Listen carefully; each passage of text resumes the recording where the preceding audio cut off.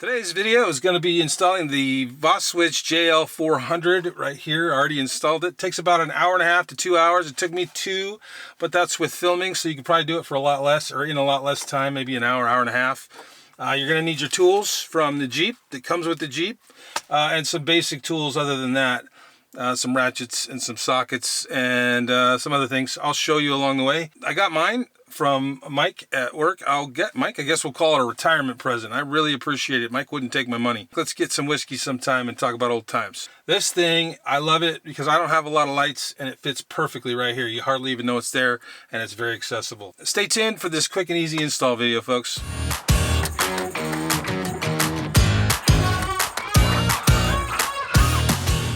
So what we have to do, remove it from the box. This thing is pretty robust. Battery, run this to the actual switch in the handle. Has room for 4 additional things to plug into it. We're going to put it right where it says to put it, and I'll show you every step of the way. First thing we need to start with is getting our tools. Official tool roll, very rugged materials, heavy duty stitching. I got all my wrenches and sockets in here. Got another one that's got other tools in it. 10mm sock for the bolts. Mount this to the edge of the Jeep over the battery. So we'll start there. Disregard this little white box. That's top secret. You can't know what that is. I'm just kidding. I'll just go ahead and tell you. It's an MP shield. It's connected to the battery, these 2 wires. By the way, if this bolt is over here, it's okay. Just take it out and use it here.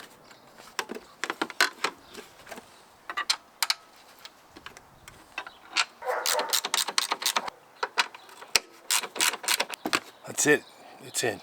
Now I gotta wire it. For my battery cables, I've got a 13mm nut, and over here, it's a 12mm nut.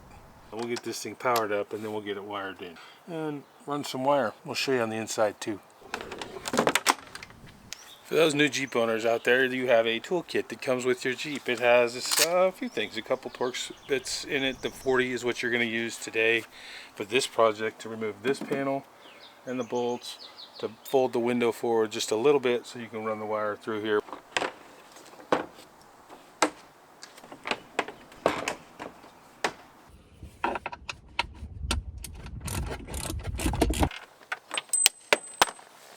One of 4.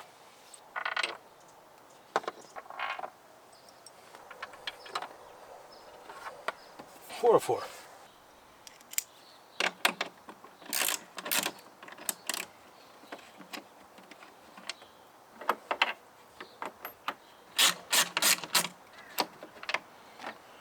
I put the KC lights on with their bracket. It's got a small Allen wrench that I'll have to get to take this one off so that we can remove this entire panel.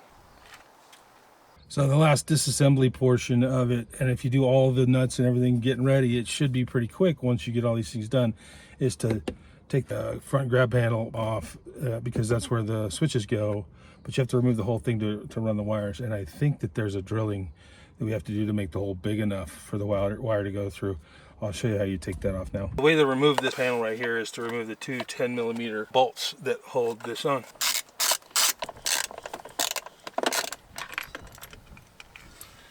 This up here. There. Oh, we gotta remove this. Almost forgot. And not to break these. So far so good. 4 tabs. Comes right out. That leaves you the room. And done. Boom. Just like that. It wants us to drill a 20mm hole right here for access for this cable or wire to go through. So there you go. So now the wire that we've ran across the back along the firewall is going to go underneath this rubber along with these wires, and then I'm going to pull this window forward just enough to get it in through here, probably somewhere same place that this is coming through. Pull this there. We'll determine how much of that we need. That just pops right back down in there. Boom, just like so. Like so. That comes back down. Put this kind of into place. Make sure it's going on the inside of this cover. Run it up here. Plug it in. I'm not sure you can see that, but it's all connected now. Put this back into place.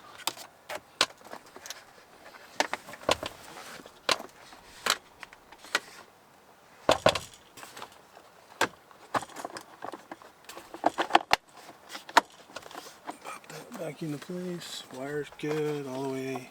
I don't know if you can see it, but there's already power to it. And I just can turn it off already. So it's already working. But we gotta get these nuts back in, or these bolts back in. Something, you know.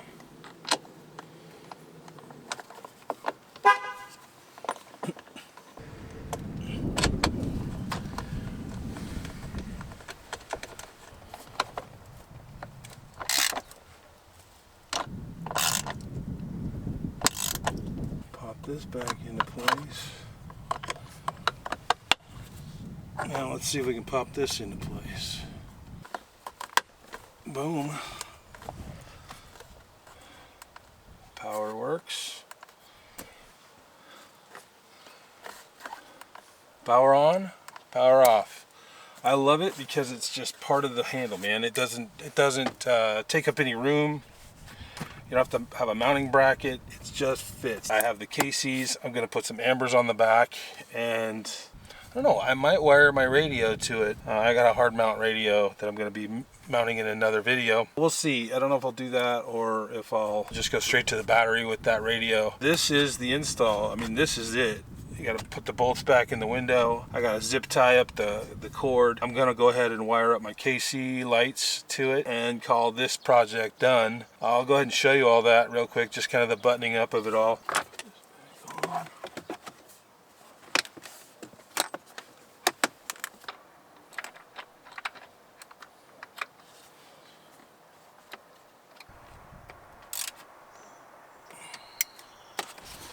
Window back in place.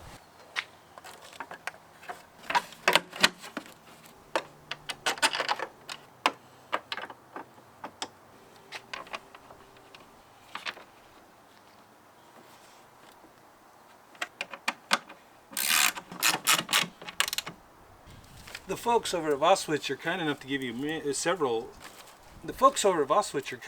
several zip ties. I'm assuming that's for cable management along the back of the firewall here in the engine compartment. Pretty nice of them. We'll get that buttoned up, and then we'll get those lights wired up. We'll be done.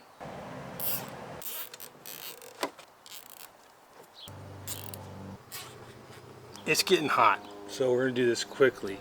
I found that I have a 10mm bolt here to take off the negative, and I don't have this tiny little nut, so I just got one of these. Get this off.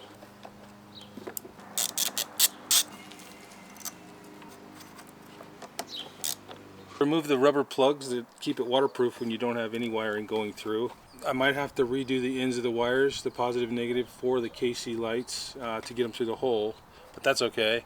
Once I do, negative, positive, and this should work. Hopefully it's that easy. We'll find out.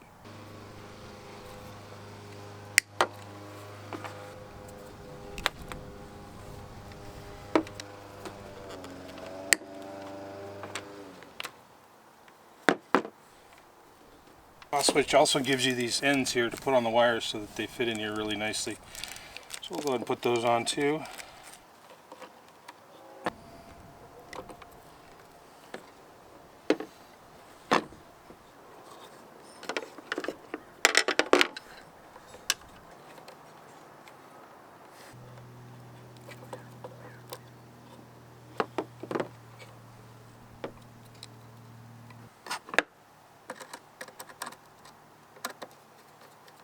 Nice and pretty in there.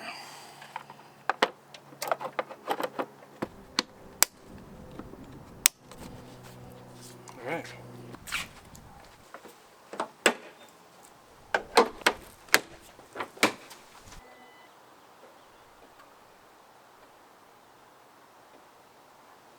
Just a couple things to add. VOSWITCH does a great job with their directions, color photos. They took the time to do some pretty decent directions for you. There is an option to wire it. There's a couple extra steps where it turns on with the ignition. You don't have to use the power button. I opted just to use the power button. It's lit up, I'll know it's on, and I'll turn it off. If I have an issue with that, I'll come back and rewire it so that it's not staying on potentially. But I think I'll be okay.